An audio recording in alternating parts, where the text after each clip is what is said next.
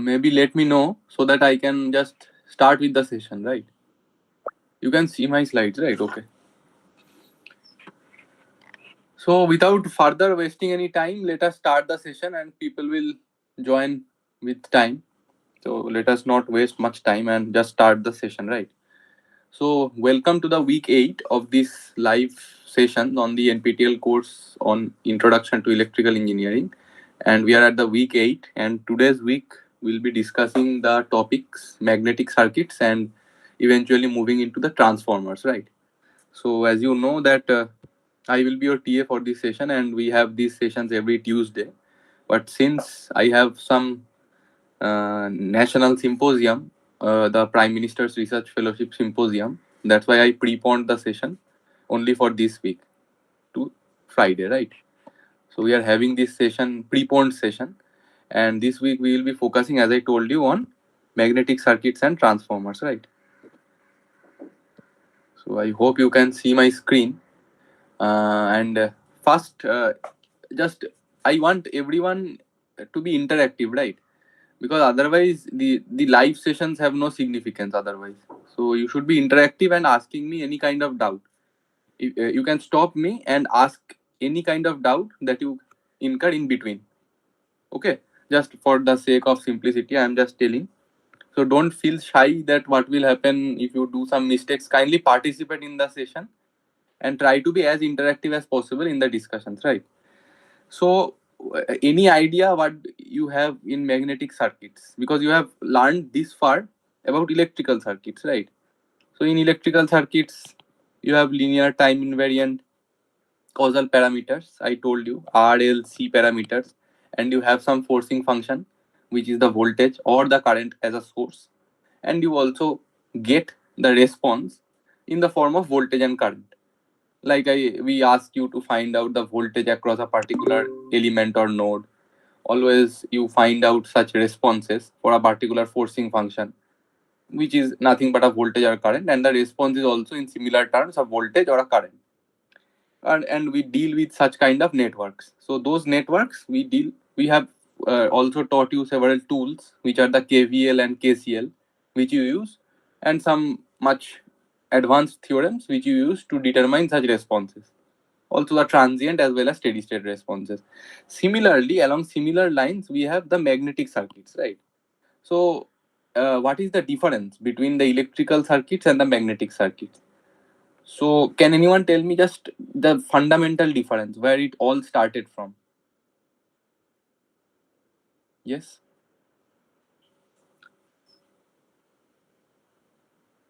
Both are related to flow of electrons, right? But you must have studied in class 12th physics something more, some special condition which leads to creation of magnetic field. So though both are different kind of fields, right? Electric field as well as magnetic fields.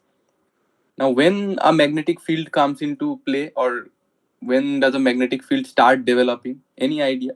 Because that is the very fundamental starting point of this subject, right? Of this topic. Anyone can just unmute and just tell me the basic discussion, and then we'll move forward with the actual discussion, right? So when the magnetic field starts developing, question is that.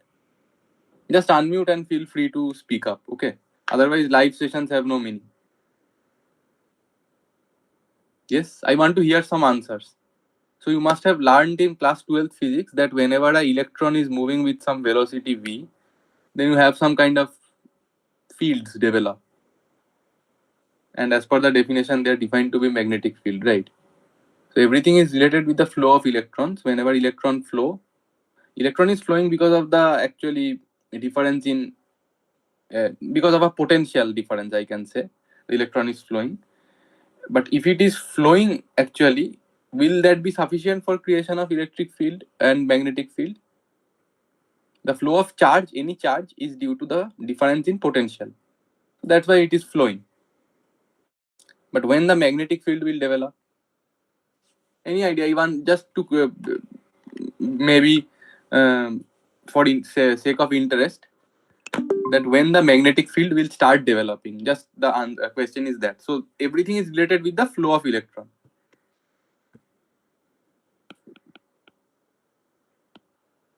Yes, flow of electron. Yes, someone is saying flow of current, correct? So you have some kind of velocity also associated, right? Because in electric field, somewhat you learned there is a kind of, there is no flow needed. Even when there is actually some potential difference, some charged plates, like in electrostatics you have just learned, there is nothing flowing, right? No charge is flowing.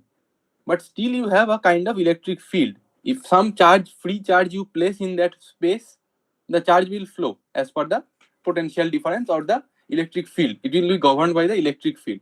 So electrostatics is all about charges, but magnetics is about flow of such charges. And if you learn Maxwell's theorem in physics, you must have learned in class 12, you can also learn that change in electric field creates a change in magnetic field. A changing magnetic field also leads to a changing electric field. But those are all time varying. But electrostatic field also can exist. But for magnetic field to exist, electron should flow. And in other words, in a simpler language, there should be some flow of charges or flow of current, which you know as the opposite direction to the flow of electrons. Which direction electron flow, current flows in the opposite direction. That is how we defined it. So flow of charge is mandatory for generation of magnetic circuits. Also, a very interesting point I want to just highlight before we start the main topic. You know about dipoles, right? Electric dipoles. Such dipoles can also, see, you can create dipoles or they can also exist, that is on their own. A positive charge can exist separately, a negative charge can also exist separately. So both can exist separately or together. But in magnetics, we don't have charges, we call them poles. And how do we define them? These are not charges, these are poles. Okay. But in electrical engineering, we don't take this term too much. We say that the flux is emanating from the north pole. We assume like this, and is then again returning back to the south pole. But please be cautious inside the magnet how the flux flows. The magnetic flux I am talking about. Also, the magnetic flux flows like this inside the magnet from south to north, which is unlike the condition where it is in the dipole. In the dipole, everything was okay. Flux was protruding like this and then coming back, but like this inside, plus to minus, always. But not in the magnetics. Magnetics flux phi, whatever you define, flows from north to south outside the magnet, but south to north. That's why in Gauss law, you know, the total flux, influx, net outward going flux can be always zero, because you have the flux going out of that surface and then going inside. That's why the divergence becomes zero, and that's why we actually say that magnetic dipoles always exist and magnetic monopoles can never exist, right?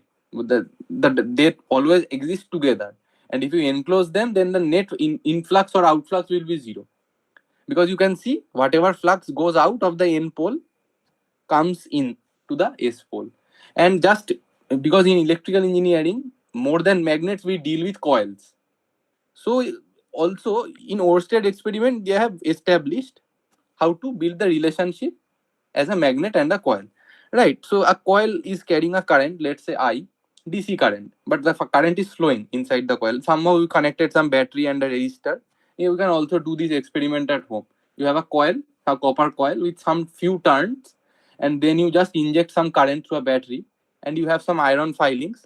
So obviously, you know, they are ferromagnetic materials and they will be aligned as per the, they will be oriented, I can say, because the irons have the poles, the magnetic dipoles, right? The magnetic poles will align with the field direction. So what will happen? They will actually follow the flux pattern. And you have studied that in class 12 Oersted experiment. And what it says, that if you should follow the right hand thumb rule, that whichever direction current is flowing, you take your right hand and try to curl your right hand fingers in a direction to the flow of current, then your thumb will give you the direction of the flux. And I told you that if this is the flux direction, like in this side, and the current is flowing like this into the board, kind of thing. So into the board and then out of the board. Then your flux direction is like this. And as per the right hand thumb rule, so as per right hand thumb rule, which you have already studied in your JEE or in your class 12 physics, and still I'm just covering the basics. So you get the flux direction like this, and what it means that you have a north pole in this direction, a virtual north pole, and a virtual south pole in this direction. Why? Because this flux will just emanate from this side and will try to return to the south pole, and inside also it will flow like this, just like the magnet. So it is a analogous magnet, and some more fluxes will be flowing like this, and then it has some fluxes flowing like this, all coming out and then going in again within the coil. So like this, the flux patterns will be, the magnetic flux patterns will be like this. So this is how you know you can create the magnetic field, and they can exist uh, both together, right? The north and south poles. But as I told you, now you understand the magnetic circuits, and now we know how the fields are developed. So let us move to the circuits, how to use the magnetic circuits in some applications. But before that, you need to build some analogy between the two, the magnetic and the electric circuits, so that you can actually use those magnetic networks and actually use them for calculations, so that you can calculate something. So we need to define also some parameters, just analogous to the electrical parameters, and also use them extensively for calculation purpose for some different applications. So as you know, in electrical circuits, okay, you have some driving source which you know known as the forcing function, which can either be a voltage source or a current source, right? So we tell them EMF, right? A battery or a source. And then the simplest circuit resembles a resistance, which you denote by R, and obviously a current or with that driving source. So these are simplest electrical circuit representation. But analogous to that, you should have some driving force which generates the magnetic field like this. There should be something. We don't know yet about that parameter, but there should be something. So there should be something for which something should be flowing. We also don't know that. And something should be also opposing the flow of that thing. So we have three parameters. We have to define three parameters analogous to the electrical circuits. So can you tell me what is the driving parameter for the generation of magnetic field? You just somewhat before I asked you the same question, and one of you just replied in the chat box. Yeah, that is a formal term, magnetomotive force. But what is the cause or parameter playing behind it? The main cause for the generation of that magnetic field. Like for example, the main cause for the generation of the EMF or the electromotive force was the charge. Similarly, what was the main cause behind the development of such magnetic field? The flow of that charge. And what is the flow of charge called? Current. So it should be a some function of current, which we formally define to be, because I told you there is a coil, so N times I, because both defines strength of the driving force or the magnetomotive force. We have called this magnetomotive force.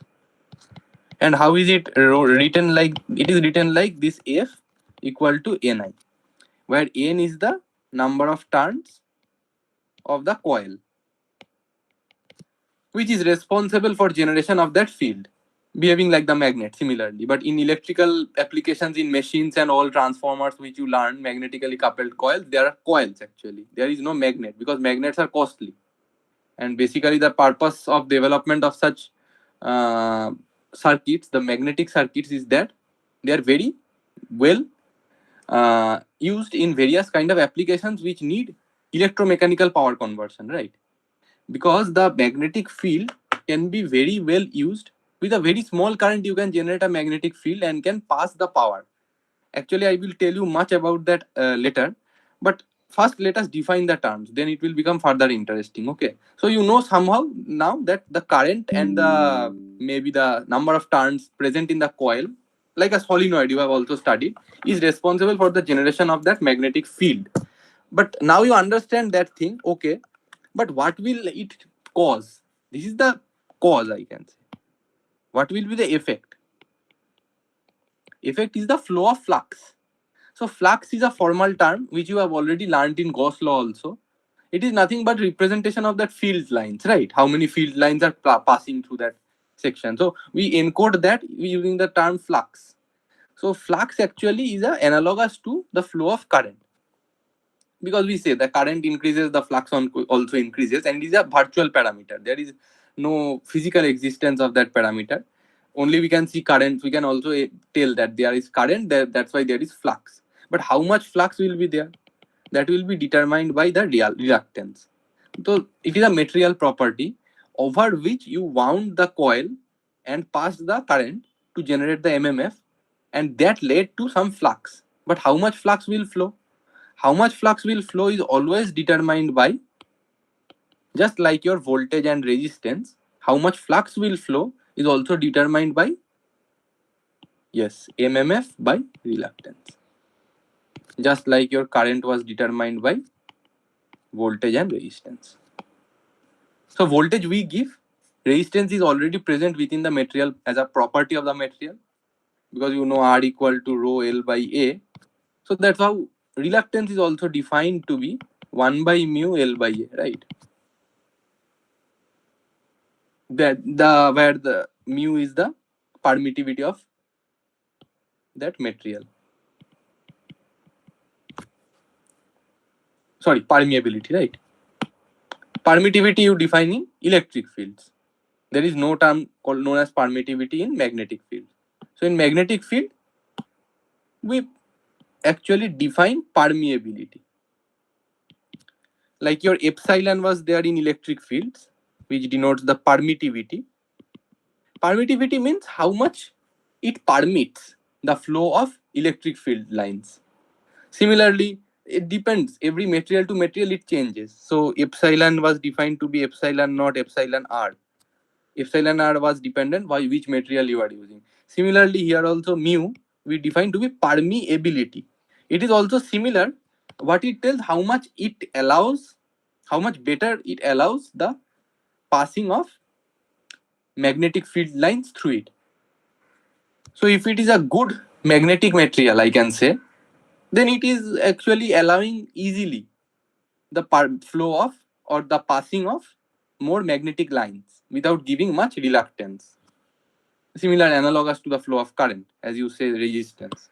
But it is defined by this term, permeability, which is the index to actually estimate how much better it allows the passing of magnetic field line. As you understand also, between iron and iron is also of many types. There are soft irons and many other materials also, like alnico. Other different compounds of iron are there.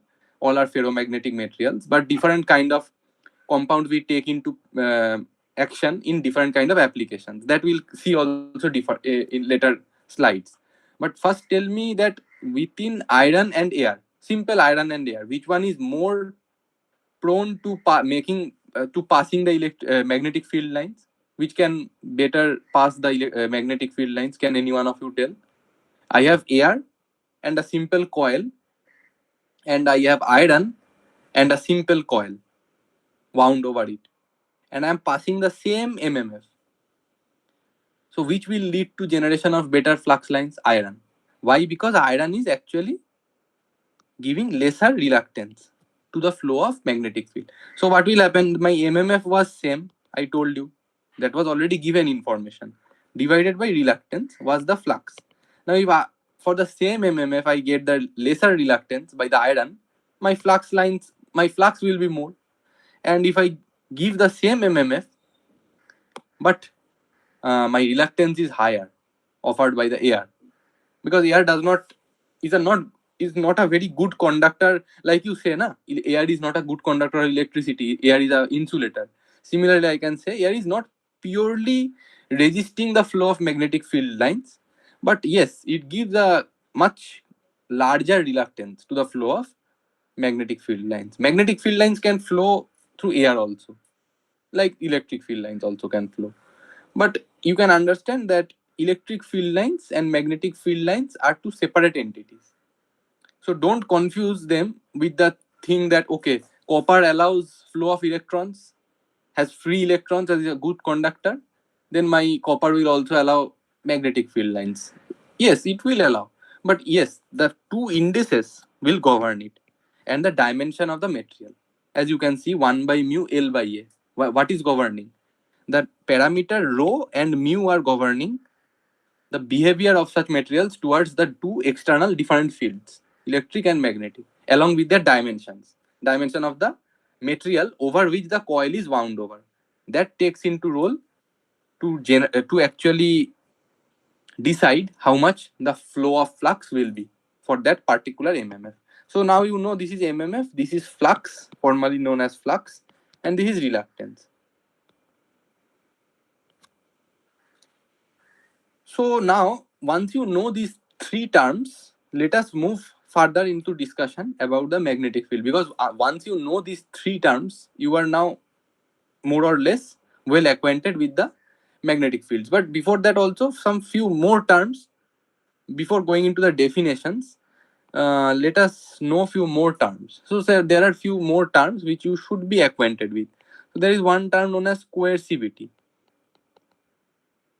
There is another term which I already introduced to you. These are all material specific terms, right? So material specific, some specific behavior of the material, these terms actually encode, like resistance, reluctance. I told you, na, specific material behavior. These are all parameters are defining or describing the behavior of a material for some specific, I can say, application or specific property it is trying to highlight. So likewise in electrical also, you know that there is conductance, susceptance. These kind of terms are well known. What they tell, that how much well the current flows, then it will be told that this material has a better conductance. Likewise in magnetics also, you have some material specific terms like coercivity, permeability, and I can say what, then you have susceptibility.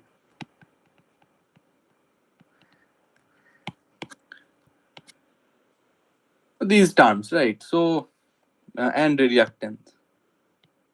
Reluctance, you know, resistance to flow of magnetic lines, field lines, I can say.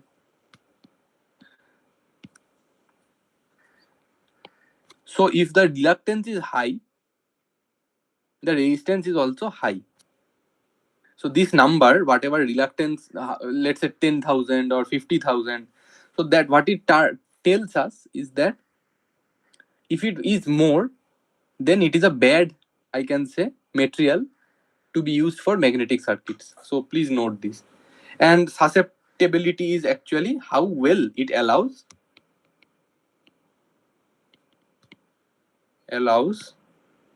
flow of flux lines. And you can generate the symbol also. This kind of symbol, R is the reluctance and chi is the susceptibility or susceptance. And then your coercivity. Coercivity is what, why it came into role. It is a term actually used to give you the information that how hard you have to perform to demagnetize the material. Now you know how magnetic field works. There are dipoles, small dipoles within every molecules or every structure of the, I can say, every material. There are dipoles because what you have inside any material, there are electrons. So you have also learned in chemistry also these kind of things, that they create dipoles. Now these kind of materials which are having better magnetic susceptibility are actually having greater number of dipoles. So once you pass some field lines, all those dipoles align with the field lines and try to allow the flow of the field, right? That will only be possible if there are certain number of dipoles.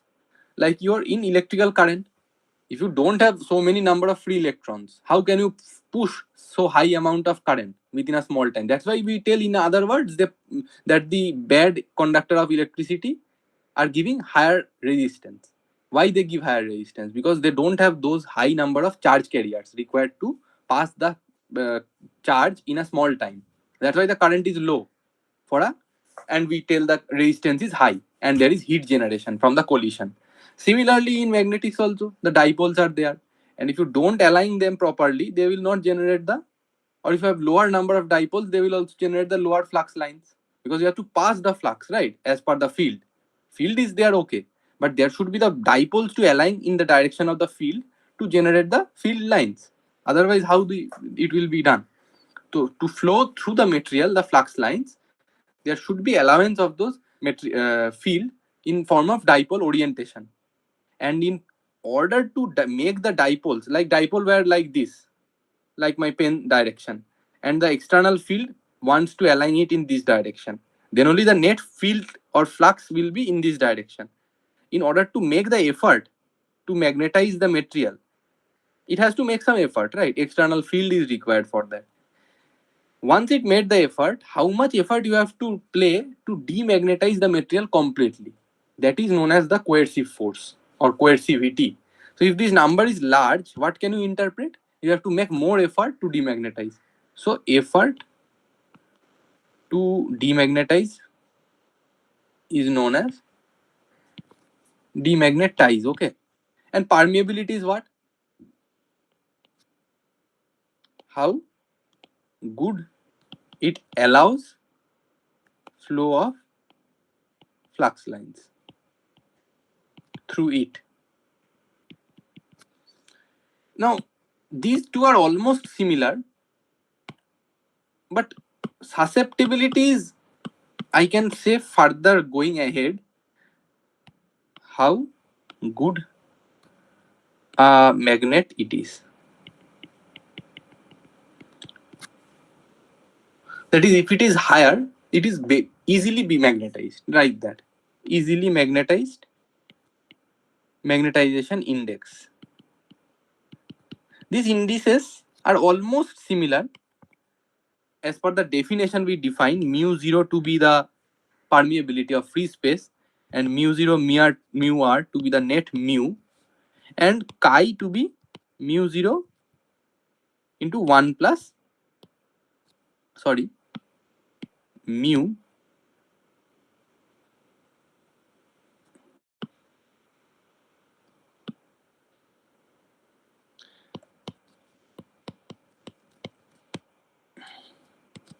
this is how you define mu to be. Okay, these are all definitions, just definitions to actually define separately these kind of terms, right? So, and also you have some basic definitions also, that we told that mmf is there, which is nothing but ni, n times I, which is the strength of that driving source. And you have reluctance, which I told you, 1 by mu L by A. And you know, you have Ampere's law to actually, if you take a coil and you move around the coil, and a closed loop integral you do, then you find nothing but the mmf. They are all interlinked, right? These things. And mmf, I told you, is defined by F. So what H becomes? If I assume that it is a constant field, then it is nothing but Ni by L. If everything is constant, current is constant, field for that is constant, just simple formula becomes Ni by L. L is the length of that contour, okay? Length of the contour.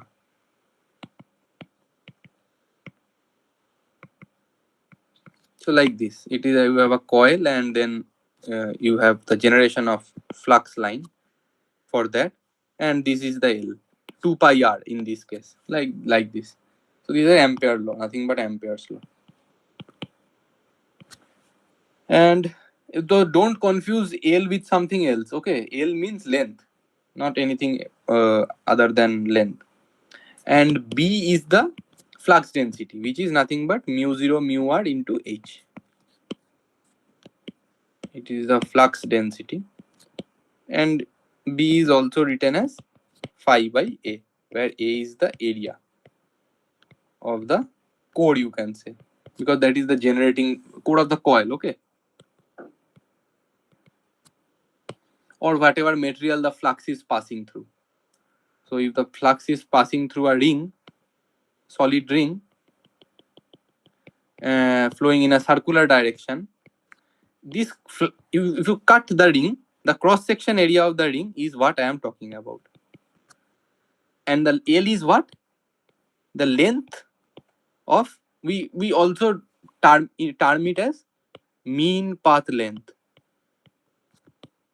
Mean path length or cross sectional area are all related, like how that they are responsible for the flow of, they are the dimensions where of the material through which the flux is flowing. Okay, so these are the basic definitions of some of the parameters which we take into consideration while dealing with magnetic circuits. And then you have more terminologies where you can actually correlate between these things. So if you, I told you your H is Ni by L and your B is flux by area because it is a flux density, and also B is mu0 mu r into H, and your flux is what? Ni by reluctance. So you can also write Ni by, because reluctance is also 1 by mu 0 mu r, because 1 by mu L by A. So Ni by reluctance 1 by mu L by A. So, and what is I? I is the current. From here also you can plug in the value of I into this. So N by, I can say reluctance, let us write it as reluctance only, and then I will be what?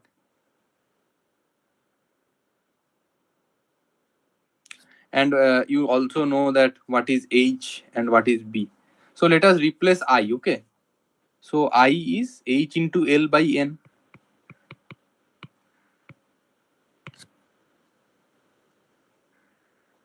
So you can also write it as H into L divided by reluctance. Similar things you can do. You can do permutation and combination and check. So because NN gets cancelled, right? That's why. So also more relations we can define, right? So we can define flux linkage as lambda, and that is nothing but n times phi. And more going ahead, you can define Lenz's law. And what Lenz law says? Yeah, what Lenz law says? Can anyone tell me? We'll derive more relations, but before that, just tell me what Lenz law says. Just unmute and speak up. No need to fear. Okay, what Lenz law says? Just tell me.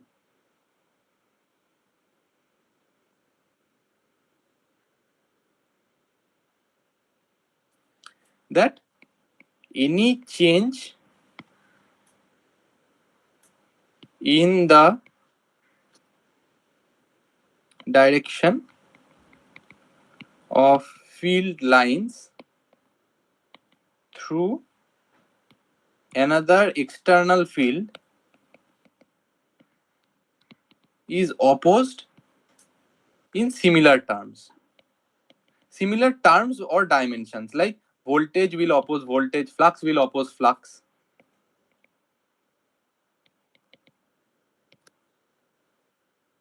And it says a kind of thing that your EMF induced due to the varying flux line. So obviously you know that if your flux is time varying in nature, I told you by Maxwell's law, a time varying electric field will lead to generation of some magnetic field within a coil itself, because they are time varying parameters. So by Maxwell's law, you can also correlate that there will be some EMF induced because of the time varying flux, time varying magnetic field, you can say. And that will lead to what? That your EMF will be n times number of turns of that coil into d phi dt. That is also defined like Lenz's law, right? So from this and from this, we can also derive much more relations, right? So what we can derive? We can define this property E, which is the EMF getting induced in a coil due to the time varying nature of the flux, and can say that it is proportional to flux somehow, how much ever, or d phi dt, that is encoded by EMF is proportional to d phi dt. Okay. Now it is also proportional to what is creating this flux? Current. So di dt. And the rate of change of current, you can say that the proportionality constant we can define as L. It is a property of a material which actually opposes that change. Okay, because L is opposing, right? Kind of natural response of the material. And so if you can see, L is what? E by di dt. So if di dt is large, L is small actually. So it does not allow that higher change or rate of change. Okay. So also you can compare these two equations, that n d phi dt equal to L di dt, and from here you will get n phi, which is nothing but lambda, is Li. I small or large, whatever you want to keep, you can keep. So n phi is nothing but L times I. Okay. So from here we can also write n phi equal to Li. Now what is L? L is nothing but flux linkage by lambda by I. From here you can also write L is n times what is phi by I. From here phi by I is n by reluctance, or n into permeance. 1 by reluctance is known as permeance. Okay. So coming from here, phi by I is n by reluctance, or n times permeance. Putting this n times permeance value in the inductance equation, we get n square times permeance. So your self inductance, this L is known as self inductance of coil. Okay. Of coil is nothing but equal to n square times permeance, or n square by reluctance. Okay. Clear? We derived. So derivation of self inductance, right? This formula is very useful in the magnetic circuits. Similarly, as you know that you have n square times permeance as the self inductance, or you can write L is n square by reluctance. So can you tell me what will it be? Because reluctance is 1 by mu 0 mu r L by A. So your permeance will be n square times mu 0 mu r times A divided by L. And similar, this is also similar thing. So this is nothing but permeance. Okay.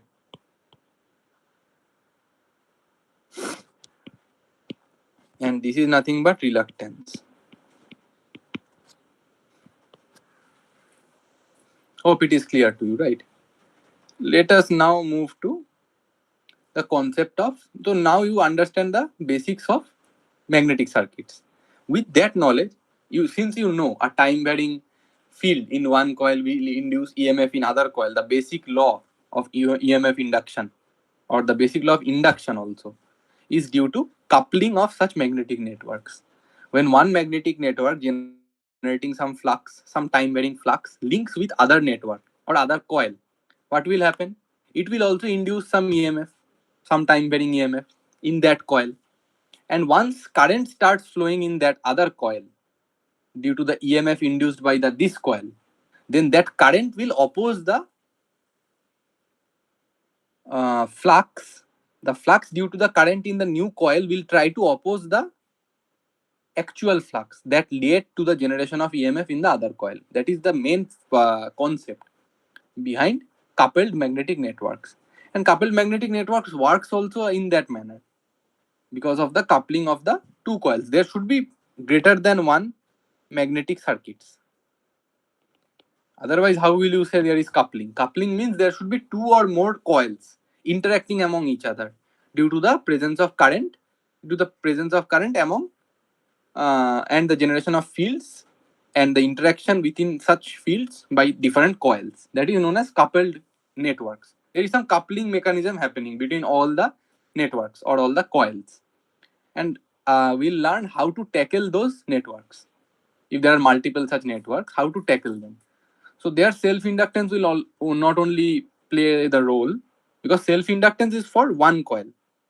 The coil also changes its behavior due to the change in behavior of the other coil. So there should be some more terms associated to tackle such behavior of the particular coil we are focusing upon, but due to the behavior change in other coils. So the behavioral change in this coil is affected by other coils, right? So coil behavior is not only dependent on self flux but depends on flux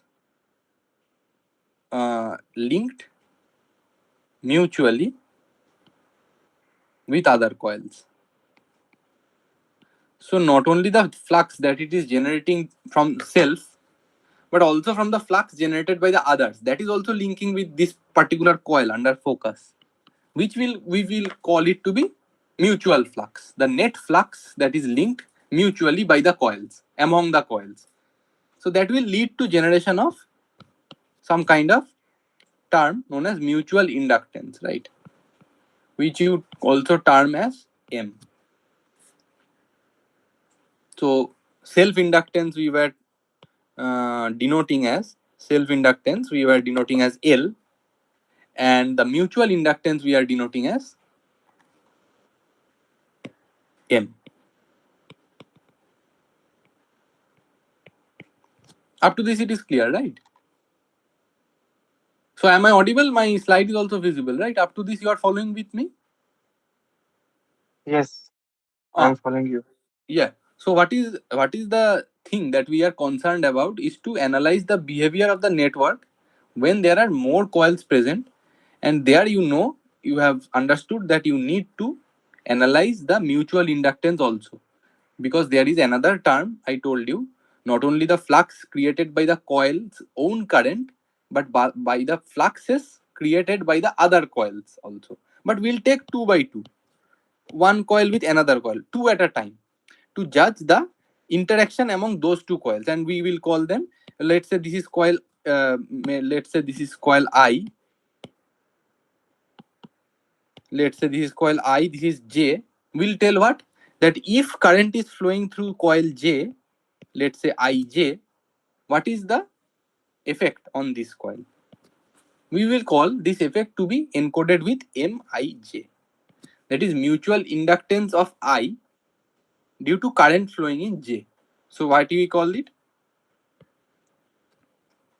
Because we understand that N phi is Li, but this will work only for self. So there should be some M phi mutual equal to, sorry, this N is number of turn, right, of concerned coil, which we are concerned about and we are applying the KVL for. So N times phi mutual is nothing but M times I other coil. So if someone asks you to calculate M, and this is I of other coil, but M of that coil with other coil, M that coil with respect to other coil, like we write it as like this, IJ, MIJ.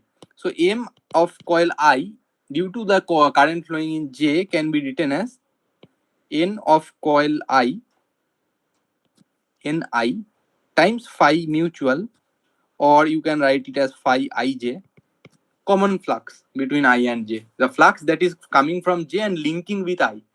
Why we are turning in linking with I? Because some fluxes leak also, does not link with this other coil, but whatever flux is linking, only those fluxes we are taking and writing as phi mutual or phi Ij. This is coil I, this is coil J. phi ij, mutual flux, and the number of turns of coil I, because we are concerned about mij, the mutual inductance of coil I with respect to j, or with current flowing in j. So divided by, from this relation, I in j, other coil, current in other coil, because the forcing was from this side. So ij. So hope you understood what I am trying to encode here, or what I am trying to derive here. So let us actually derive the expression, I can say, derive a simple expression for coupled coils. So these you have already learned many times, but it is very useful in networks. That's why I am trying to derive it for you.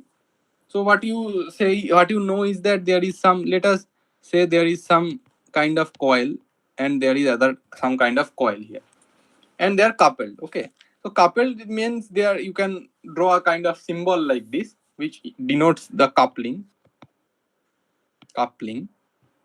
That something here will induce something here. That is the only basic notion, okay, behind such symbols. So now we know that there will be something coupling going on, okay, some magnetic coupling, okay, magnetic coupling, or sharing of common flux linkage.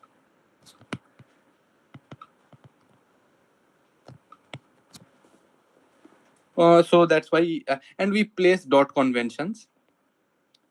These dot conventions have somewhat different interpretation. I will tell you when time goes on in the next slides. But these dot conventions actually denote aiding or opposing.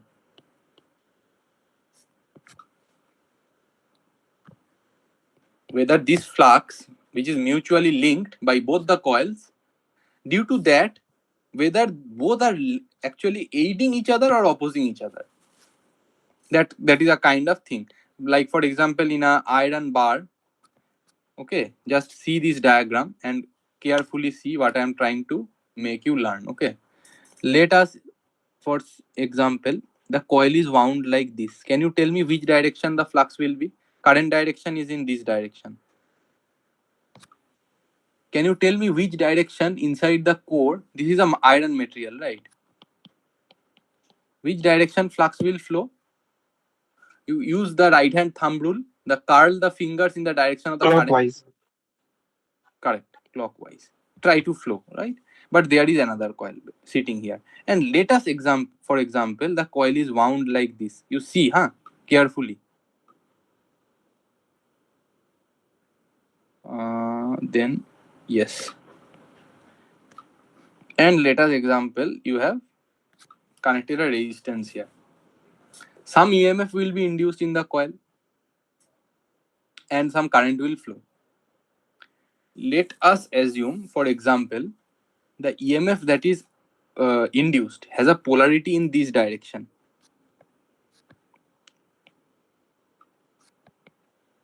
So the current will flow in this direction. Let us somehow the induced EMF is in this direction. So the current will flow in this direction. And the flux that it will create is in which direction? Current is flowing like this.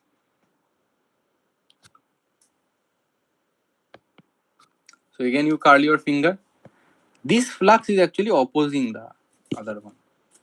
This is actually true in every physical system, that whenever you have some current flowing due to EMF being generated by the flux linkage from other coil, which actually happens in transformer, always by Lenz's law, the flux in the second coil will try to cancel its main creating flux. This is actually nature. In nature, it is true that every change in states is opposed with a similar dimension. This is what is Lenz's law. But if you in some way can connect a current source externally and force the flux to aid, you can do that by external means, not natural means. By external means, by connecting some different source, you try to aid this flux also with the other one. You can do that. Then there is a third coil which will get a better voltage due to the generation of more flux inside the core, because both sides are pushing flux and aiding each other. So these are opposing.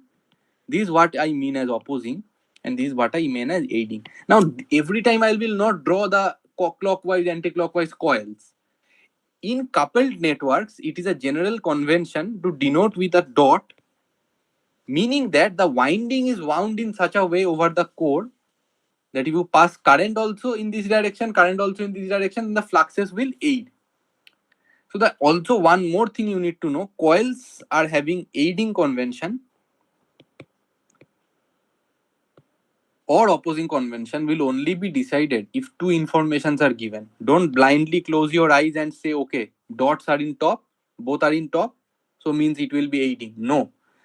With the dots, the current direction should also be given, reference current direction. Then only you can decide whether the dots are aiding or opposing. So actually, if one is aiding, one is entering, other should leave. If in such a manner the dots are on same side, then it is aiding. Otherwise, it is opposing. So I will just draw 4 diagrams, and you will understand within a second where it will be aiding, where it will be opposing. So we have some symbols for that. Okay. After that, we will derive. Okay. The expression for the coupled coils, and then we'll go into the transformer problems. So, so you understood that what is aiding, what is opposing, but there are 4 different possibilities. Like possibility 1, possibility 1, 2, 3, and 4. 4 possibilities. Why? I will just tell you. And how to deal with such networks. Okay. So maybe you have both dots on same side, or you have both dots on opposite side. But why I have drawn 2 times? Because either the current may be in the true direction, because one is entering dot, one current should ideally leave the dot, and another is, then by natural rule M is negative, right? But this kind of convention is in transformers, wherein by nature the flux opposes. So I wrote it, if the current is in this direction and the current is in outward direction, it is opposing. Just I showed you why opposing by the diagram. So what is the convention? If you have current in entering in one dot and current leaving in other dot, for sure it is opposing. Okay, if the dots are like this, it is wound in the true sense, then by nature it will oppose. If you have some core and the winding is similar, what I am trying to tell, then if current enters and current leaves, then the flux will obviously oppose the other one. With that convention only it is told negative. But if current enters in one coil, okay, let us say here also, current enters in one coil and leaves other, okay, but the dot convention is opposite, then it will be M is positive. And here if current enters this coil and like this, then also M is aiding, we say, and this is negative.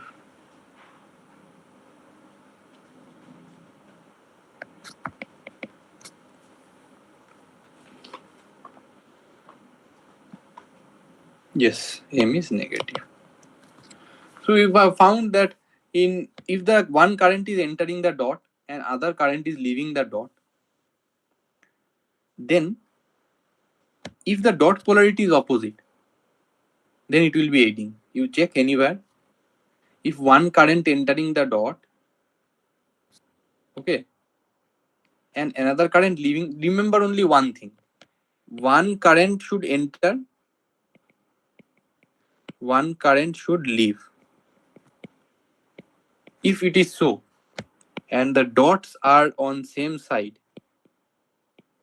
then it is by natural rule, it will be opposing. And by opposing, I mean negative M. You change any one thing, M will flip. Sign of M will flip. Like for example, one current enter, one current also enter. Then your M becomes positive.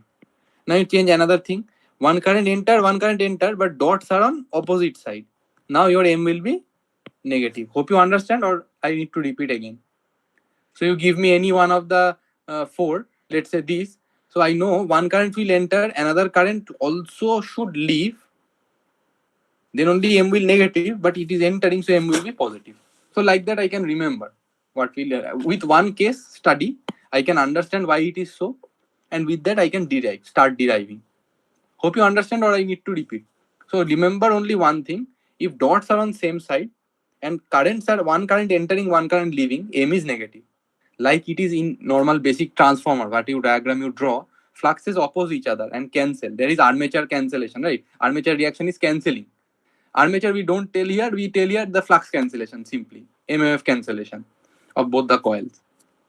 But here you see, changing only one parameter or one reference current direction will lead to your equations getting changed, right? Because you will write the KVL for this one as, let's say, take a positive M. Take a case of positive M, writing the KVL for the positive M. So let us say you have both the dots on this side, and you have current I1 for coil 1 entering this side, and you have current also leaving. Then M is negative, but I want M to be positive. So let us change the current direction and write the equation, mathematical equation. You can always assume the current direction to be anyway. Actual current will be flipped, negative sign. Means that your chosen convention was wrong and you have to flip the sign. Only that. So mathematically you can choose any current direction, right? So let us write. So this is V1 and V1 will generate V2 or V2 will generate V1. Write the KVL. Like this will solve these mutually coupled networks. So what it happens is that V1 equal to L1 di1 dt plus M di2 dt, current in other coil. Similarly, V2 is L2 di dt, di1 dt, here di2 dt, plus, because it is aiding, M di1 dt, other coil, right? Now you must have noticed, so this is KVL for coil 1 and this is KVL for coil 2, but we yet haven't derived the expression of M. But I blindly assumed that coil 1 M equal to coil 2 M, or I assumed M12 equal to M21 equal to M. This I have assumed that 2 to 1 and 1 to 2 both have same M. But let us prove it. Okay. So what is the proof?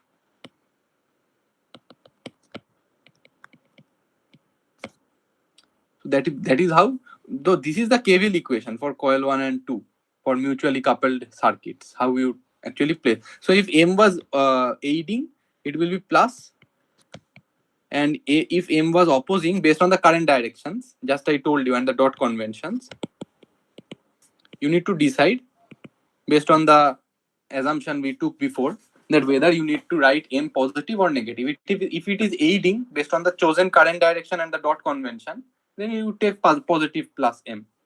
But if it is not aiding, it is opposing, then you have to take opposite sign of M. Now let us prove that M21 and M12 are same, because otherwise we cannot apply same value of M. Okay. Are you with me up to this point? My voice and slides all are clear? Otherwise I cannot understand, because you are not speaking, and that is not giving me any kind of feedback whether I am audible or anything is going wrong. Or just, can you please confirm everything is clear, or I am lagging Yes, somewhere? everything is clear. Okay, so just Yes, up you are to good. this you have understood, right? So what I'm telling is that this is okay. This is how we write the KVL equations for the coupled coils. We take both together, 2 by 2. We do 1 to 1, then leave that, and then take again 1 to 1, and then use superposition theorem. Okay, that is how we deal with a large number of coils. If there is actually, maybe for example, that there is, what I can say, there is, I can say 5 coils. What you will do, and you are interested about coil 1 voltage, what you will do, You will write 1 for 4, 1 for 5, 1 for 2, 1 for 3. You will individually analyze what should be the voltage at coil 1 for 2, 3, 4 and 5. You wrote the KVLs, you superpose them. That will give you understood what I am telling? V1 is not a individual entity. It is a superposition of the action due to its own current flowing, which is I1, that is also included, plus not only M, okay, for 1 and 2. There is 1 and 2, that's why one time it came. So M12 di2 dt plus M13 di3 dt. Like this you keep on, okay? Plus Mi4 di4 dt plus Mi5. Why I am doing all this? Because that will give you the notion what is the action on the voltage induced on that coil 1 due to the other coils. So you are indirectly using superposition theorem, okay? So that's why we are doing like this. So these kind of things, the mutual coupling is actually leading to development of some voltage in that coil due to the other coils, due to the time varying flux, simple, okay, or time varying current. That you understood, right? So that is the role of mutual inductance. It passes the flux to the other coil and links it and generates a kind of mutual coupling between the two coils, for which the current flowing in one coil is responsible for the generation of EMF in the other coil. That is the basic principle how a transformer works. We give some EMF in the one coil, current flows, and that EMF link, that flux links to the other coil, for which generation of EMF is seen in the other coil. That is a basic notion of transformers.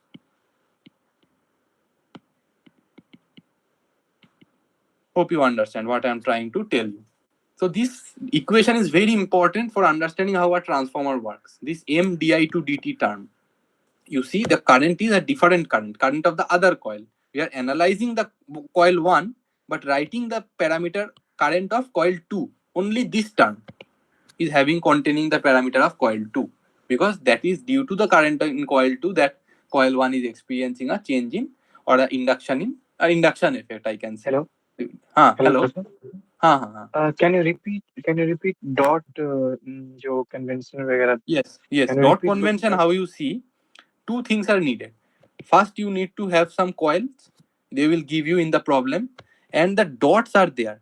You see how the dots are there, and they will also give you the current direction. Without current direction, dot convention has no significance. You cannot write the equation without assuming the current direction.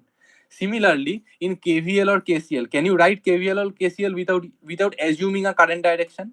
Yes or no? No, right? No. How can you write a KVL for a loop without assuming a current direction? Current direction choice is up to you. How you choose, clockwise, anti-clockwise, how you choose within a loop. But you have to choose.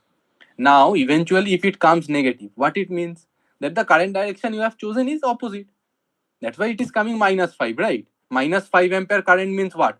Whatever direction the current used to flow, it is actually in the opposite direction. That is coming mathematically. But current direction needs to be specified. Accordingly, only you can choose M plus or minus, and you can write the KVL. So what convention we took? We took convention that if there are two coils and the dots are aiding each other, means you forget about it. Dots are on the same side. If they give you in the exam, dots are on the same side, okay?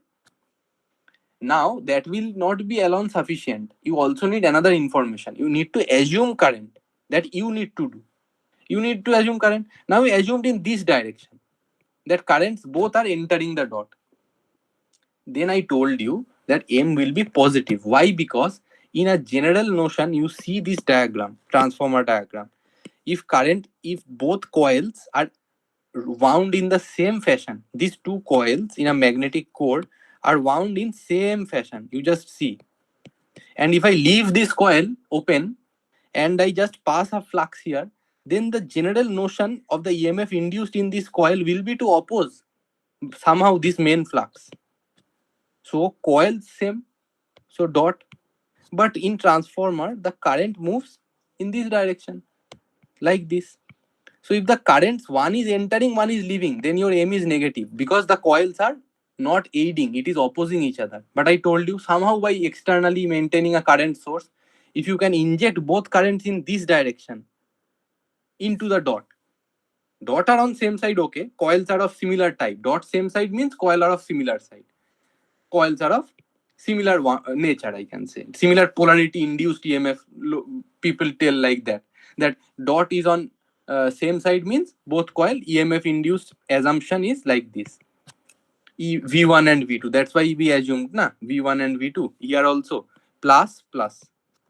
But what I'm telling you, that current if you assume both into the dot, if the dot are of on the same side, two things will matter. Condition one, dot should be on the same side. Now check how you assume the current. If current are also entering into the dot, M is positive. Now anything you change, either the dot you change one time, M will flip from positive to negative. Dot changed and you changed again the reverse the current direction, M sign will again flip. So you remember one case, one of the four diagram, this four diagram, you remember in your mind, and whatever comes, you can just play accordingly with them. You know what, understand what I am telling, or I need to repeat myself? Yes. Just No, remember one of I'm the really four cases. understanding. Choosing the current is in your hand. Choice of the current direction, obviously in your hand. In the exam, if they give, then you cannot choose. Then you have to assume that direction only. Like in the exam, they give na I1, I2 direction, and they ask you what is I1. And if you assume a reverse current direction, then your answer will come negative, which is not true. Because in the exam, if in a coil they give you a kind of I, you cannot assume I to be in a different direction. You have to assume I in this direction only. In the exam, if they give. In the exam, if they don't give and they are not bothered, also you can assume any current direction. But once you assume the current direction and the dot is already given in the exam, but otherwise, how will you know? This will be given in the exam. I may or may not be given. That is up to you. If I is given, you have no option.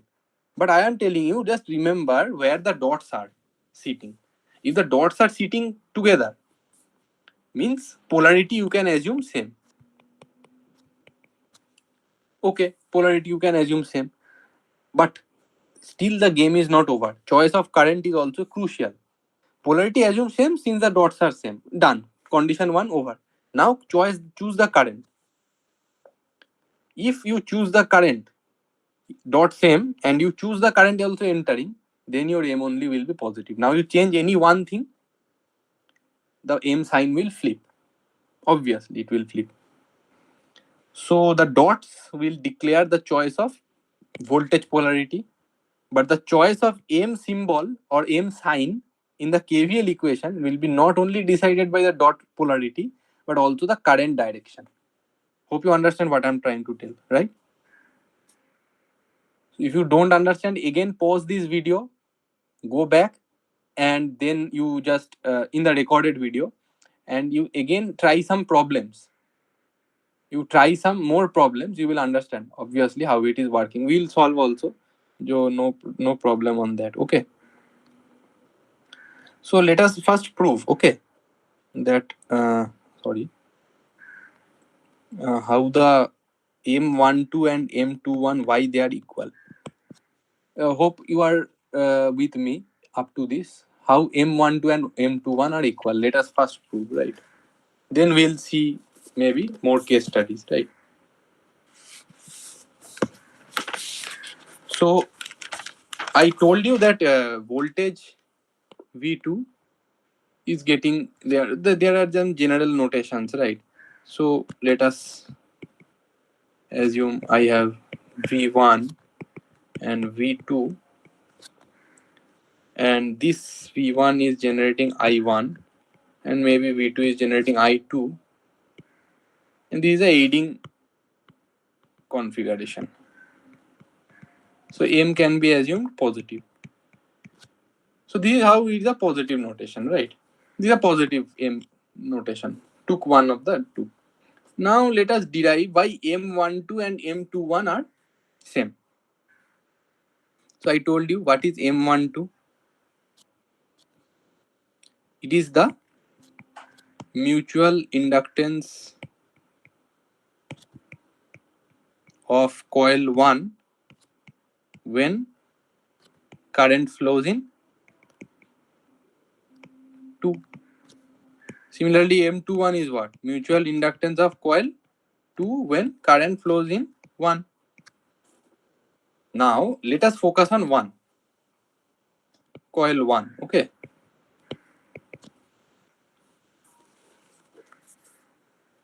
What can you write about coil 1?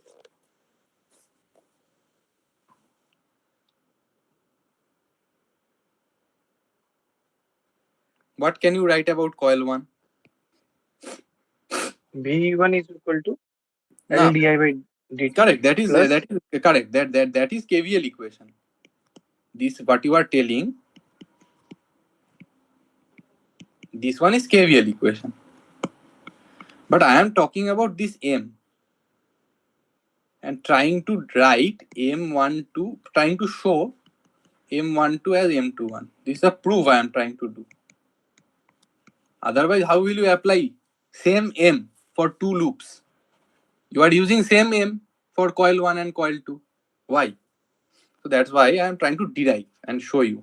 So for coil 1, I have flux in 1 due to flux in 2, due to current in 2.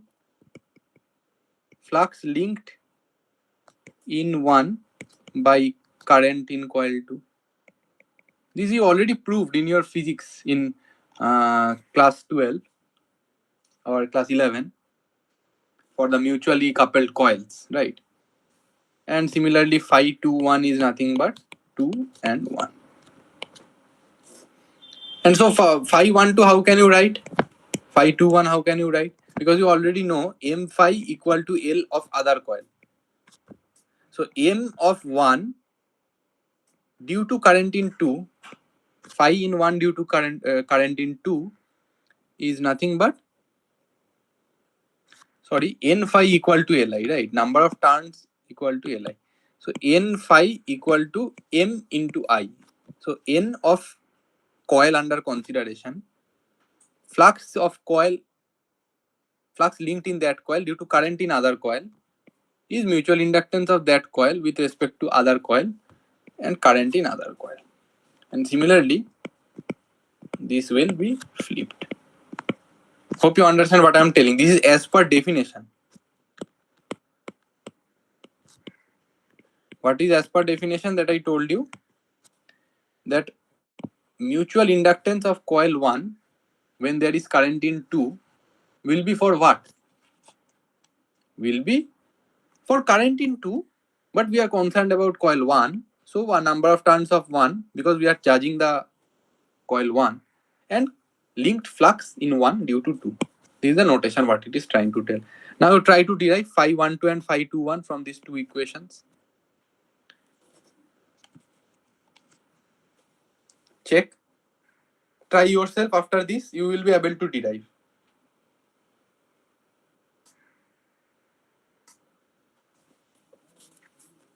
So what is M12? What are you getting?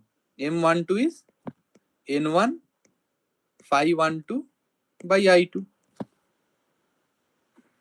And M21 is N2 phi 21 by I1.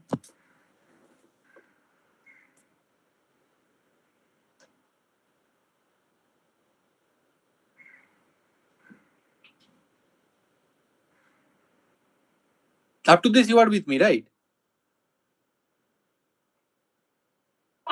yes. So then how can you try yourself? How can you then tell?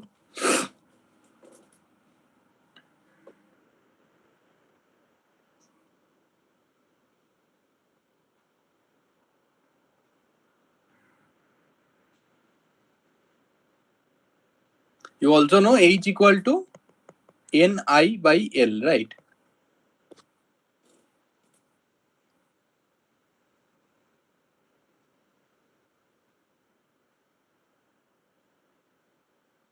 And what is your B? Because B for both the coils are same, right?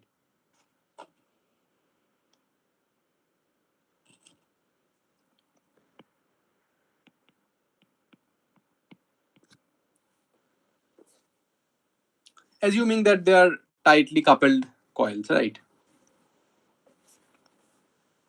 So for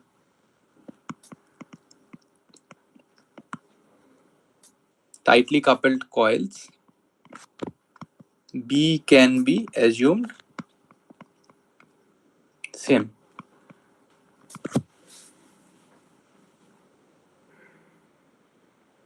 Yes. So now what is phi?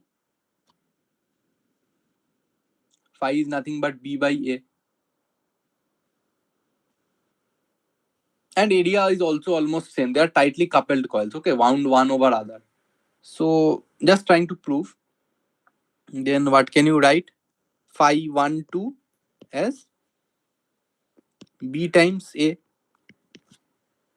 Phi 2 1 also as B times A. Right? I am hoping you are getting what I am telling. B times A, why you are doing the same flux is linking, right? Phi 1 2, phi 2 1 are almost same flux, right? So B times A both. Now what is B times A? For coil 1, when there is current in coil 1 and there is current in coil 2, what can I write? N1 and then B will be current is in coil 2. Remember, now coil 1 is off. So what is phi 1 2? Phi 1 2 come from here. B times A. So there will be mu 0 N2 because current is in coil 2. That will be generating B into I2 by L into I2.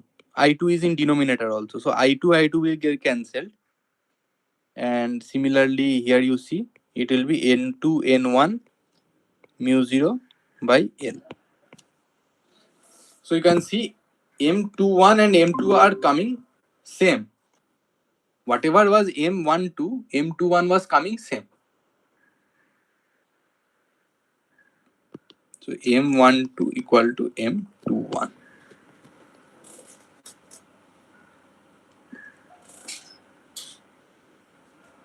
And there is a area term also, area. Because flux is B times area. So with the basic convention of the tightly coupled coils, we got the derivation that M12 and M21 are almost same and this is M. But if the coils are not tightly coupled, you know, then what will happen? The net, L net is nothing but L self plus or L self of 1, I can say. So if coil 1 has inductance L1, it means it has two parts, L leakage plus L mutual, and that forms the self inductance. So please understand that when you are measuring inductance for a coil, it will give you, if there is no other coil, it will give you self inductance because there is no mutual. But if there is mutual as well as leakage, the inductance will be a function of sum of two inductances, which is forming the leakage as well as the mutual. Sum of the two, okay? The sum of the two will be responsible for the net self inductance of the coil. So if you go and measure the inductance of this coil, you will find the self inductance of the coil. Hope you understand what I am telling, okay? And there is a formula that if there is not much tight coupling, then which is actually practical, because practically no two coils are tightly coupled. Tightly coupled means there is no leakage flux. So tightly coupled means no leakage flux. But you understand that in practical sense it is not possible. So we define that there is a leakage factor. We define leakage factor. For two coils, we define leakage factor K. So K tells us what? Phi leakage by phi mutual. And K can be found out as a function of M, L1, L2. Please understand, L1, L2 are self inductances of coil 1 and 2, just the way I told you. Okay, so these are all self inductances. Okay, and as you can understand that there will be a since there is leakage, so that's why there is a, I can say, coupling factor, which gives you a notion how well the coils are coupled. Factor tells how well the coils are coupled. So if coils are very well coupled, so this factor is ranging from 0 to 1, and if k is 1, what you can understand that your M is nothing but L1 is nothing but L2. So both the self inductances of the individual coils are nothing but the mutual inductance of them. Implies there is no leakage inductance, implies that absence of leakage flux. Why? Because N into phi leakage equal to L leakage into I. So if phi leakage is 0, then L leakage goes to 0. So if complete tight coupling of two coils are achieved, then you can have your mutual inductance of the coils as nothing but the self inductances of the individual coils. So hope you understand this very important concept, and with this understanding we can then move to the introduction to the transformers. We can just jump in and start transformers. So what are transformers? Transformers, as you know, is a AC device. It can also be used in DC-DC converters for some specific applications, or like isolation, and also voltage up, stepping up and stepping down. But as you understand, for the transformers to actually play the role of any application, in any application, in DC or in AC, for the transformer to work actually, the one criteria is phi should be changing with respect to time. The flux should be changing as a function of time. Because here we are not dealing with inductors or coupled coils. We are dealing with transfer of energy, right? So in DC-DC converter, we can design with some DC currents as coupled coils, right? Coupled coils.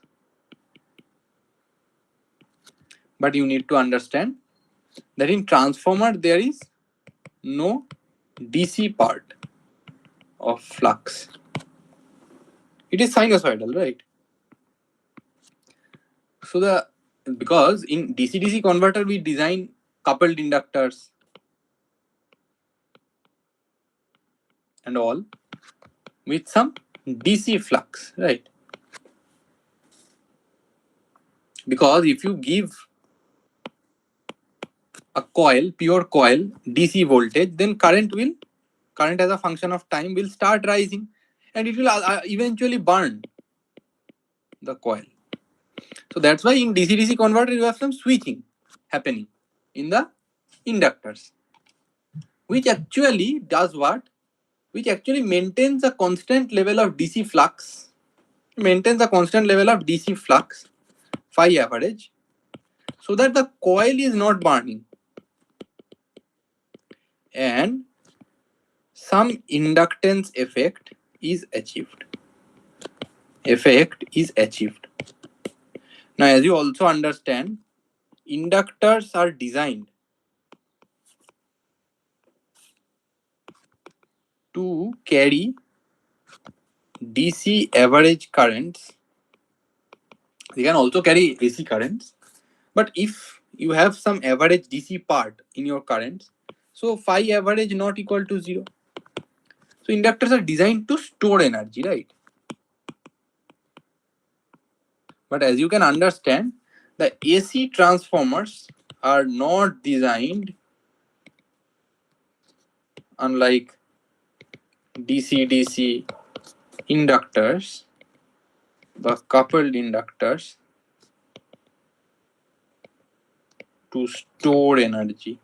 no energy storage is taking place because average part of the parameters are 0. So there is energy transfer happening place, right? Whatever comes in has to go out.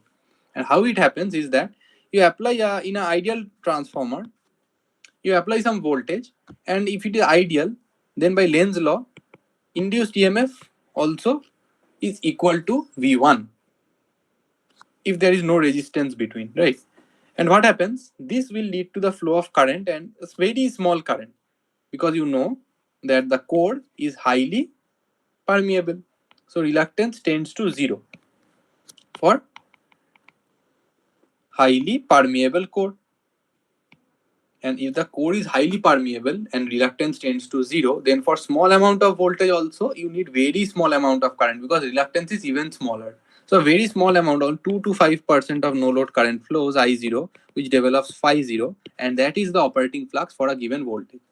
For a given voltage and frequency, this is the flux. And once this flux comes and links with this coil, it generates a voltage E2, which leads to the flow of current in the external circuit to the load. And once this current I2 flows, it actually opposes phi 0. But as you can understand, once it tries to oppose phi 0, further current is pushed to maintain phi 0. So this effective I1 dash and I2 eventually cancels out, and the effective operating flux for a given voltage remains constant and is phi 0. So this is how a transformer works, and the voltage is boosted or bucked according to the change in the number of turns on the both sides. But as you can understand that the flux being linked remains constant based on the voltage V. So that is constant. Irrespective of the loading conditions, the flux remains constant in the operation of the transformer. And whatever additional current demanded from the load side is happening, that will actually try to cancel the actual parent flux, right? So the actual flux is actually opposed, and then again the current comes in and cancellation takes place. And once the cancellation takes place, you can understand that the operating flux remains constant for the transformer. So that depends on the forcing function, what you started with. So at the input, because the transformer is a bilateral device, so since the transformer bilateral device, we can plug in the forcing function voltage from any one of the sides and can get the bucked up boosted voltage or the bucked voltage at the output side. And accordingly, if the voltage at the higher side, so we tell it as the high voltage side, and then at the low voltage side we have the lower voltage and the reduced number of turns. So there is nothing known as input or output. Whatever side you actually place your forcing voltage source, forcing function is there. So that is the input. May it be the low voltage side or may it be the high voltage side. Depends on the application. If you have a generating transformer, at a generating transformer you need to boost the voltage to the transmission line. For that you need to boost the voltage, and that's why your input is at the low voltage side and your output is the high voltage side connecting the transformers. But you have the distribution transformers, then your voltage needs to buck down, right, at the supply. So output voltage needs to be 415 volts and input voltage is at the higher side, like in your substation or 11 kV or something. And that's why it is a step down transformer. But you need to understand the input was at the input can be both at the higher voltage or the lower voltage sides. So that is not a concern, that you have to have the high voltage side as the input or the low voltage side as the input. Both the high voltage and low voltage sides of a transformer can act as outputs and inputs, because it is a bilateral power transfer device, right? There is no energy storage happening, because LM for a transformer, the mutual inductance is very high. Since the LM is very high, since the mutual inductance is very high and is responsible for the development of voltage E2, okay, that's why the it is not storing anything, because it is very high. The current, when we discuss the equivalent network, we'll understand the current that the LM demands is very low, and hence the energy lost in the process is very low. However, still some losses happen because of the orientation of the dipole within the core material, and those losses we term it as core losses. There are basically two types: the hysteresis loss, which is incurred when the dipoles are trying to orient in the direction of the field, and in the process they are trying to orient and then reorient, because flux is also sinusoidal. So that process, orientation and reorientation and again into the cycle, creates a kind of cyclic losses every cycle, we known as the hysteresis loss for the core loss, right? And then in the process of the changing flux, we have the eddy current loss also, which induces a kind of EMFs in the cores and the circulating currents, which can be restricted by choice of material and then the thickness of lamination, reducing the thickness of lamination, and by reducing this effective cross section area for the flow of some circulating currents, we can actually reduce the effect of eddy currents. We can actually provide more resistance to such eddy current flows, so that the circulating currents or the eddy currents and the losses due to the currents are reduced, because if you can reduce current by half, you reduce the loss by 1/4 times. So you can split in laminations and can reduce the flow of current by increasing the resistance, and 1 by square times that is the reduction in loss. So you get benefited by laminations, right? Laminating to reduce the effective cross-sectional area to the flow of that flux, that mutual flux, which we call as phi 0, because any other flux coming from the side is cancelled by the source by generating a reverse action. So that is how by Lenz law. Okay, basic Lenz law is playing into action, and cancellation, flux cancellation from both the primary and secondary sides leads to a constant operating flux in the transformer for a given voltage, right? So please remember this very important concept, and this is how the transformers are working. In the transformer, which are actually in AC, you have to understand that there is energy transfer taking place. So whatever energy or power is coming from the source, because transformer is very highly efficient device, right? Transformer is very highly efficient device. I can say most efficient among the machines because of the absence of air gaps, and you have very less loss in the core. And the copper loss can be minimized by good selection of conducting materials, right? There can the copper loss can also be minimized, and through a proper design you can achieve efficiency of more than 99% in most of the cases for basic transformers in your applications. And that's why transformers are very popular in the transmission, generation and distribution sectors in all over power systems of the electrical engineering. Transformers are highly used to actually transfer the energy, right?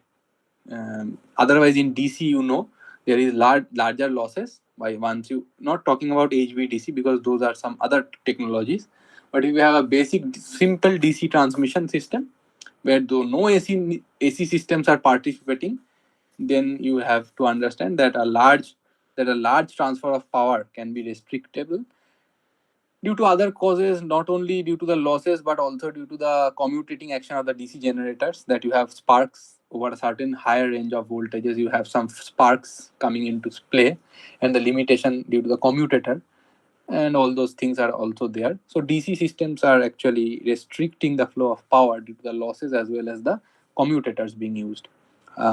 So that's why we went to AC, and the transformer technology is actually revolutionized the transfer of power from the source to the load with efficient power conversion, right? Because we are actually trying to boost and buck the voltage based on our needs. So still it functions based on the load. How much ever load demands the power, that only it will supply, not more power or less power. Because it is a simple energy transfer device with different levels of voltages, bucking or boosting, right? So this is how a transformer works, and the basic benefits of the transformer, that it takes a very less no load current and accordingly delivers the remaining current from the source to the load.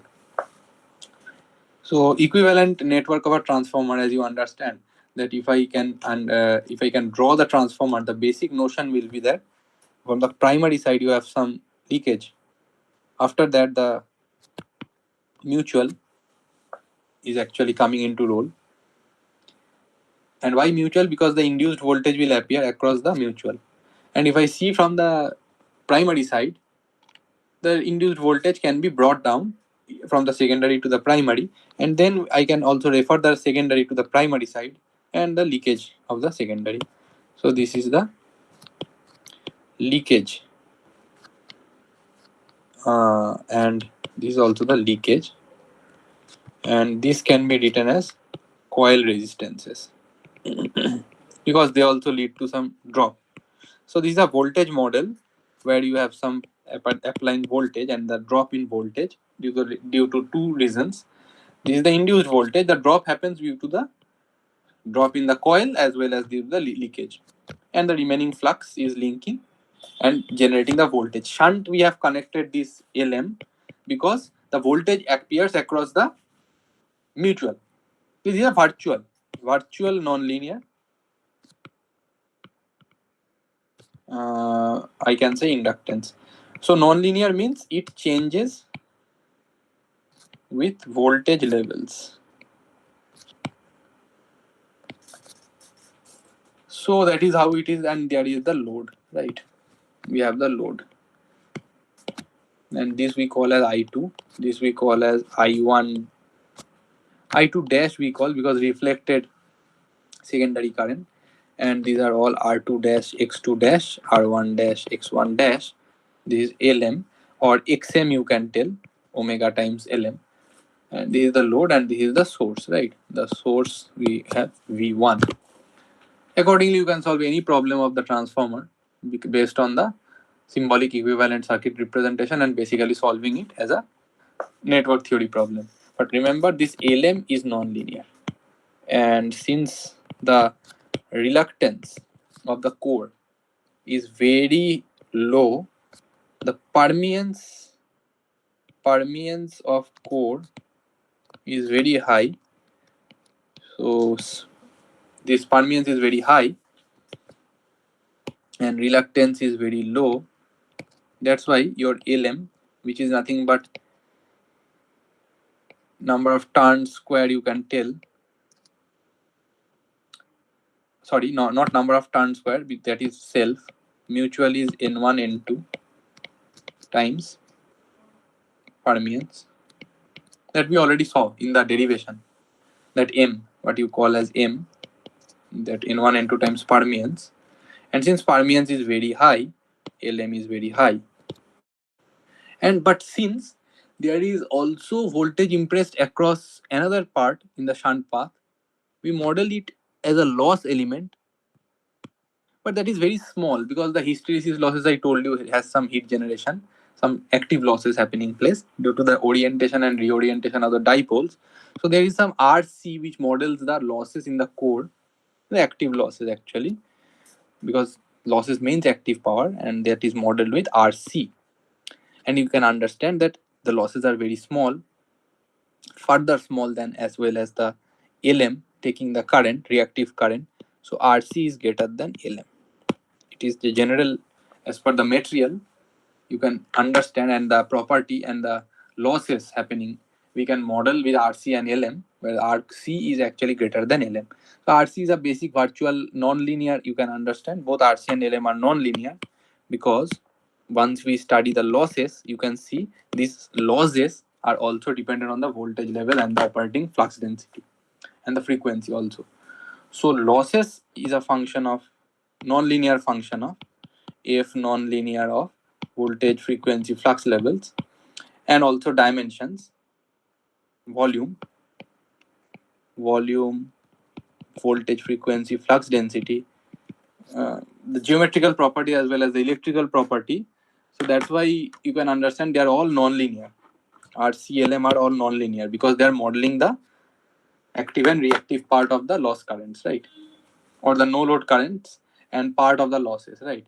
Because you can understand that since these R1 dash and X1 dash are very small, irrespective of the change in loading condition, this EMF induced will not vary much. And once this EMF induced will not vary much, in a basic range of operation of the transformer, throughout the rated range of operation of the transformer, these are designed in such a manner that your RC and LM does not vary much because you are operating at rated voltage and around the rated voltage, but your load may vary in a large sense if you are using a distribution transformer, but still also the EMF induced almost remains same because the loading effect does not change the EMF much because R1, X1 are very small. R1, X1 are much smaller than RCLN.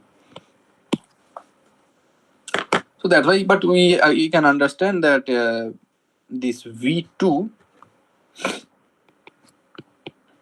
is applied across the load. This is E1, right? So this is E1. So this is actually the voltage being impressed across the coil, and after it is induced, we call it EF or E1, and then there is the induced voltage in the secondary coil. But the terminal voltage is different from the induced voltage, because again we take out after the coil, secondary coil, and the drop happens there, after the leakage and the resistance drop, and we get the terminal voltage. So V2 is the terminal voltage. Hope you understand what I'm telling, right? So this is how the equivalent network of a transformer happens. So basically we come to the losses in a transformer. And the losses in a transformer, I told you there are two kinds of losses in a transformer. So losses that are incurred is a function of, and a non-linear function, right? So non-linear function of voltage, frequency, flux density, that is operating based on the material properties, material geometrical dimensions, that is the volume, and obviously the material also on the type of material. It is completely non-linear. That depends on the geometrical as well as electrical properties. The non-linear losses, these losses are all non-linear, and depends on geometrical as well as electrical properties of the material. Electrical properties. Now there are two kinds of losses, as I told you, the core loss and the copper loss.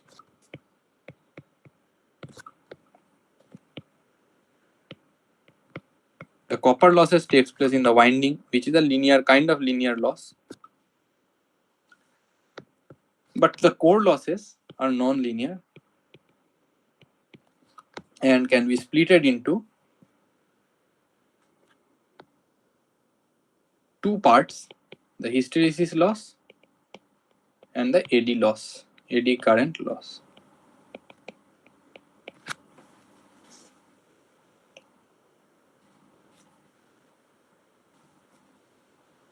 Up to this, I think I am audible and my slides are also visible.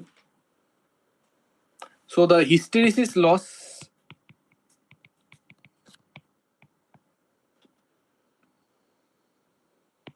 is nothing but B max to the power x into f, where x is the Steinmetz factor. And if nothing is specified, you can take x between 1.2 to 1.6. Now you need to understand the eddy current loss. It is nothing but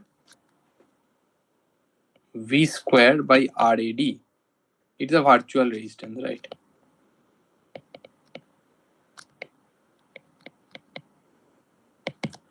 Assuming V almost equal to EMF induced. Now what is the voltage induced in a transformer? It is nothing but N1 d phi dt. E almost equal V1, which is nothing but N1 d phi 1 dt. Now if phi is sinusoidal, which is phi max sine omega t, what I get? N1 into omega into phi max cos omega t, which is nothing but 2 pi f into N1 phi max, which is nothing but 2 pi f phi max into n, and phi max is nothing but b times a. So if you have already designed the transformer, you don't have variations in a. If you don't have variations in a, and I told you your voltage is constant, then phi max is also not changing. It is not varying.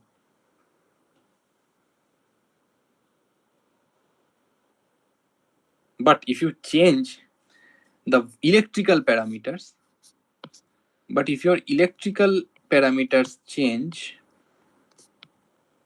like for example voltage and frequency, you can understand phi max is proportional to V by F, or your B max is also proportional to V by F for an existing transformer from an operating engineer's perspective.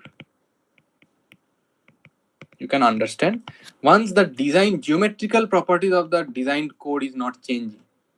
Once the core design has already been done and once it is on field, then you can toggle the electrical properties, the voltage and frequency, that will toggle the operating flux. I told you in the beginning only. That relation, the peak of the flux is proportional to V by F, maximum flux. And also you can understand that since A is constant, B max is also proportional to V by F.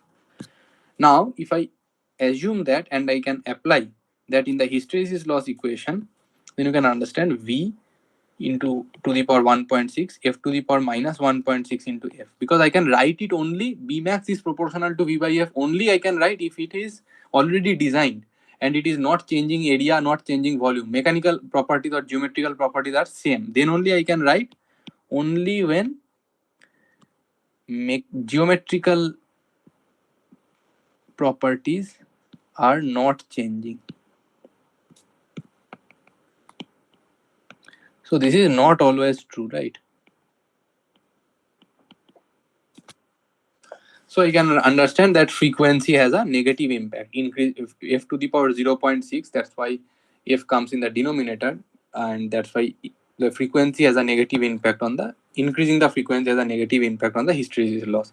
But if you can understand that your Bmax is almost constant and it is not changing, then changing your frequency without changing Bmax is only possible when you change your area.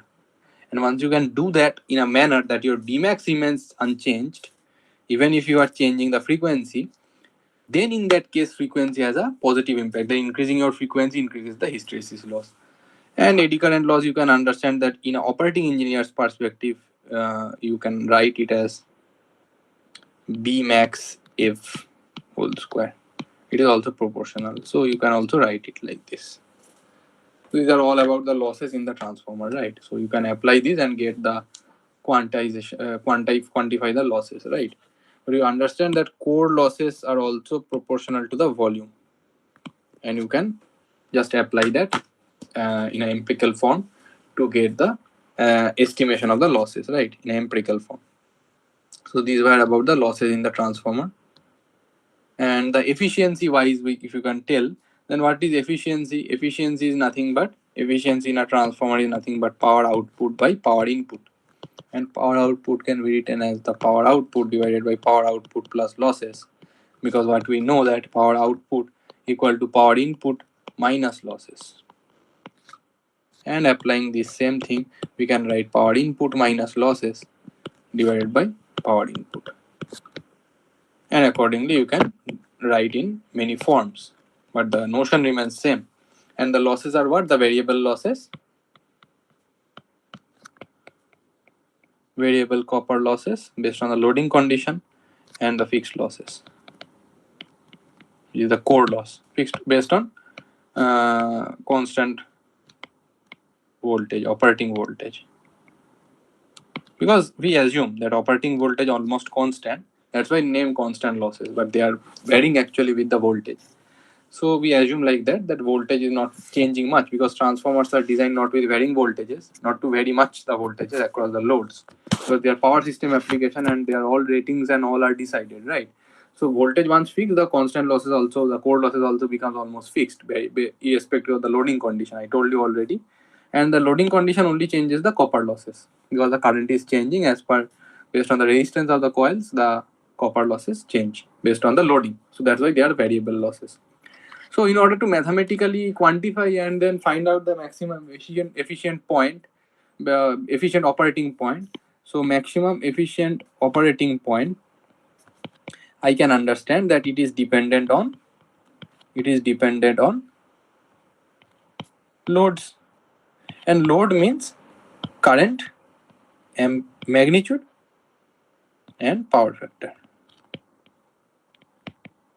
So two things it depend, both current magnitude as well as power factor. So if I try to write, the output power is V2 I2 cos theta 2 divided by V2 I2 cos theta 2 plus constant losses plus variable losses. RE2 means the secondary coil resistance, right? R square plus some variable factor. So if you differentiate it with respect to I2 amplitude and then also try to differentiate it with respect to theta 2, you will find out the two conditions that efficiency maximum is attained at unity power factor. The theta will be 0. And for what amplitude of load current? That will give you I2 square R2 should be equal to WC. This condition should be true.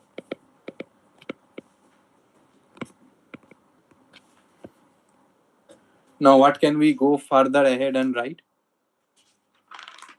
That I2 square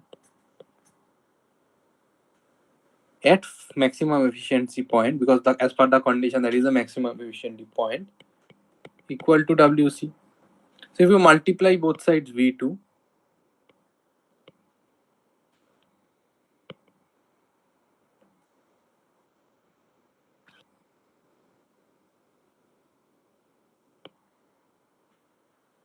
or V2 rated I can say,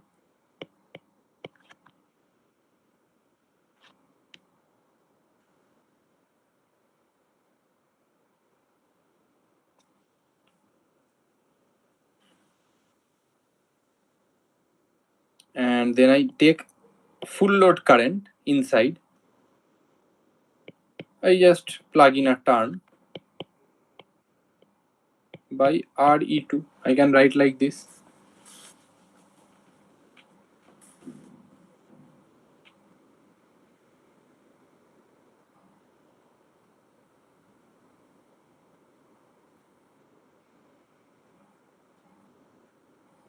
So just to make you understand again, what I am doing is that I am trying to find out I2 for which maximum efficiency will be achieved. So this is my variable that I am trying to find. So you can understand this is nothing but this whole root over.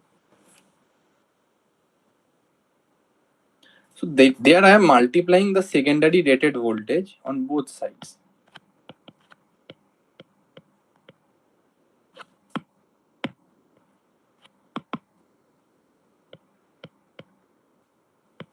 And you can also multiply full load current at the secondary square on top and bottom. That remains same. And if you equate, you can take out this IFL and omega C WC divided by this is full load copper loss, because this is full load secondary current, right? And this is kVA at maximum efficiency, and this is full load kVA rated I can say, divided by copper loss, be core loss by copper loss at full load, whole root over.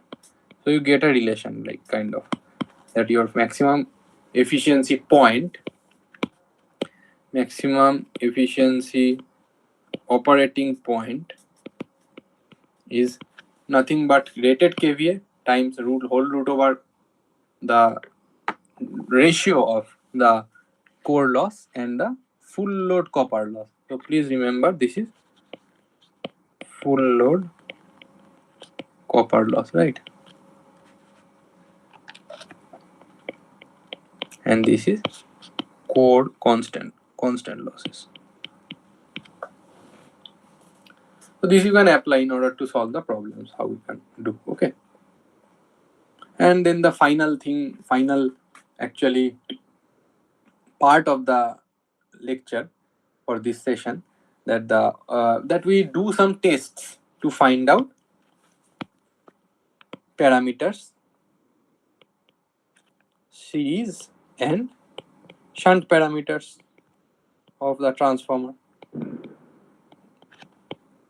The series parameters are like R1 X1 and R2 dash X2 dash, and shunt parameters are two parameters RC and XM.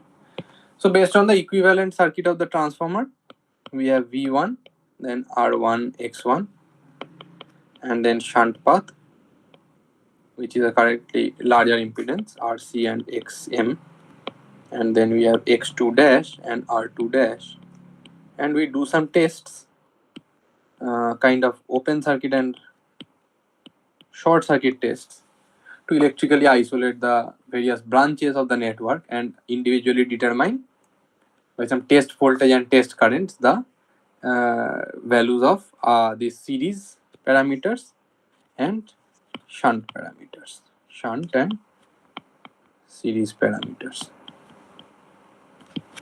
And what kind of test we do? We have two kind of test: the open circuit test and the short circuit test.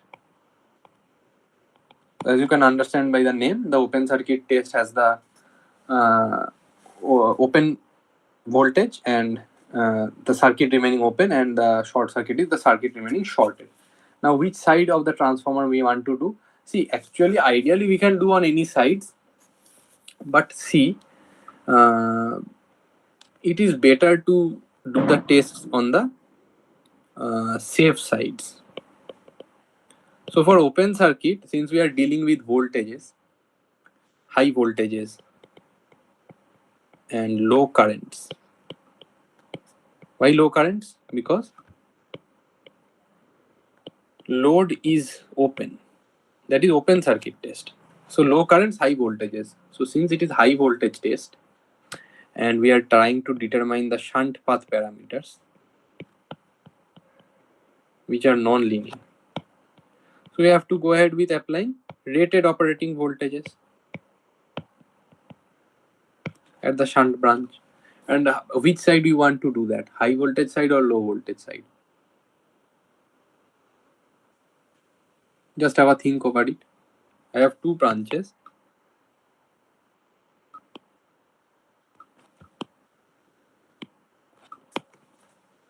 Any one of the side you can do, but generally I will prefer doing it on the low voltage side, right?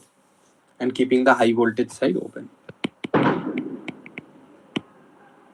Because you can understand that low voltage side I have to deal with lower amount of rated voltage.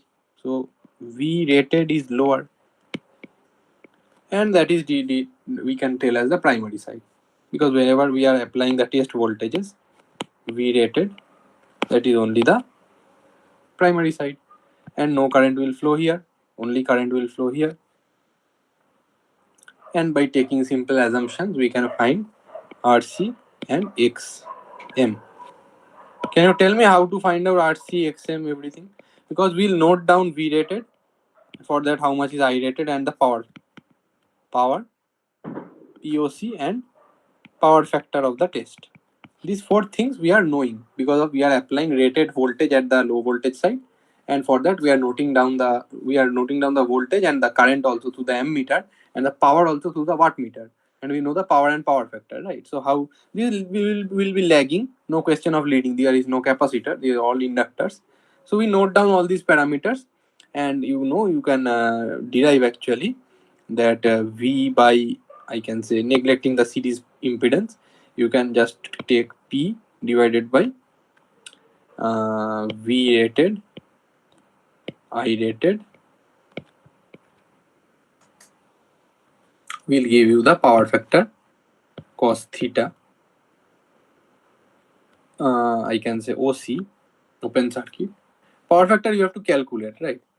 And then because this is cos VI cos something, so VI gets cancelled, and then you get a cos, and then you note down the Z, which is V by I in the open circuit condition, and then you do Z cos theta and Z sin theta to get the RC and XM, and then you divide to find out LM, you do 1 by omega XM.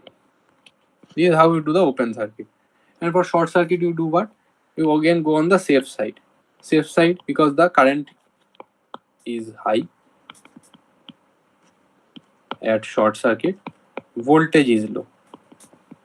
So you do what? You go to the low voltage or high voltage. Which one? You go to the high voltage side, as current is low there, even at rated. Among LV and HV, which one has rated current lower? The HV side has rated current lower. So you go on the HV side do SC test on HV side and short LV side. Then you can do what? You can, since you are applying small voltages, you can actually neglect the shunt path, because they are already of very high impedance, right? So then you can neglect, because the voltage applied is low and the resistances or impedances were itself much larger. So at low voltage, at even lower voltage, they will take even lower current for the same value of almost same value of RC and LM. So the current is almost negligible. So you can neglect or open. Even the current is almost zero, I shunt, almost zero. That's why you can open circuit.